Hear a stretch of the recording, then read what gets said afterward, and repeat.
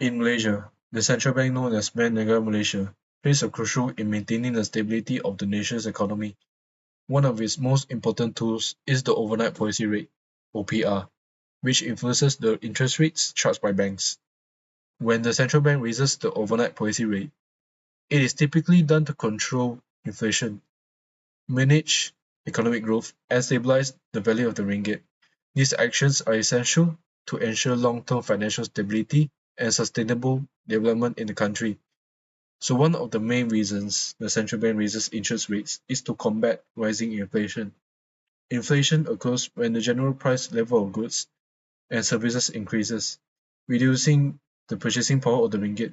In Malaysia, inflation can be driven by various factors such as rising food prices, fuel costs, or global supply chain disruptions. By raising the overnight policy rate, the central bank makes borrowing more expensive for individuals and businesses, which in turn slows down the consumer spending and reduces demand. This helps to cool down inflationary pressures, especially when the price increases are driven by strong domestic demand. For example, in 2022 to 2023, in Malaysia, like many other countries, experienced inflationary pressures due to rising global commodity prices and supply shortages. In response, the central bank gradually increased the overnight policy rate to ensure the inflation did not spiral out of control while they are still supporting the economic recovery from the COVID-19 pandemic. So the central bank also raises the interest rate to prevent the economy from overheating. When the economy is growing too quickly, there's a risk of creating financial bubbles or unsustainable levels of debt. Higher interest rates acts as a brake, discouraging excessive borrowing and encouraging saving. This helps to ensure that growth remains steady and balanced over the long term. In the Malaysian context, factors like property and household debt are closely monitored. If too many people take out loans for houses, cars, or personal spending due to low interest rates, it could lead to financial instability. By raising the overnight policy rate, the central bank can slow down to such trends to encourage more responsible financial behavior among Malaysians. In macroeconomics, interest rates are often adjusted by central bank to manage inflation, deflation, and unemployment. Inflation happens when the prices of goods and services increase continuously, reducing the purchasing power of money. To control inflation, interest rates are raised to make borrowing more expensive, which slow down consumer spending and business investment. On the other hand, deflation is when prices fall over time, which may sound good but can actually hurt the economy because people delay purchases, expecting even lower prices.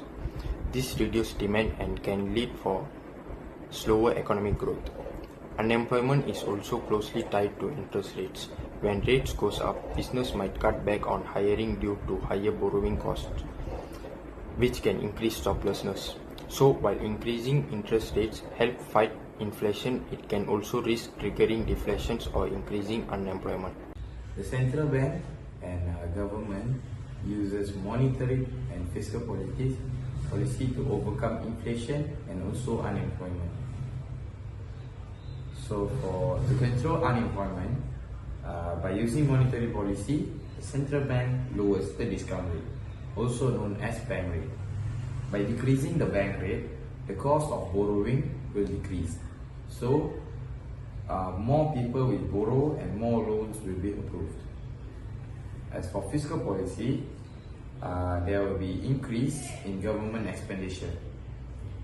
So increase in government expenditure will directly affect aggregate demand. So there will be increase in the salary of civil servants, creates more development projects which may lower unemployment.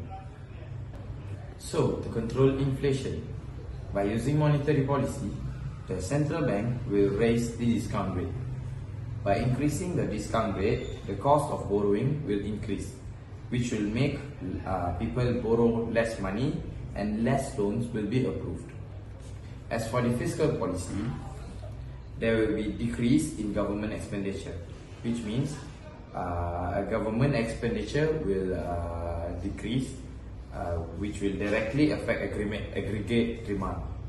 The government will cut the salary of all civil servants and postpone its development projects to decrease the purchasing power of public people. The macroeconomic banking system is how banks and the economy work together. It includes two main types of banks, central banks and commercial banks. I'm going to talk about central banks, and my friend Divesh will be talking about commercial banks. Central bank is like the Federal Reserve, control the money supply and interest rates, try to keep inflation low and the economy stable. Function of central bank: issuing currency and keeping reserves. Printing paper and currency have the authority to issue currency. It helps to safeguard the value of the currency issued. Acting as a banker and financial advisor to the government. BNM keeps the government's principal bank accounts, receives taxes and other revenues, and makes payment in respect of government expenditure. BNM also manages the national debts, sales bonds and redeems matured treasury bills. A commercial bank is an institute that is owned by the private sector and is a profit-making institution. Banks earn their income providing banking services such as opening current and savings accounts, providing safe deposit boxes, remittance facilities, paying and collecting payments by check and others. Such an example, Maybank, RHB and many more. There are many functions of commercial banks. The main function of commercial bank is accept deposit such as current account deposit, saving deposit and fixed deposit from the public. Commercial bank also provide loans and advance such as loan on housing, car loan, education loan, business loan, personal loans and other type of loans to the public.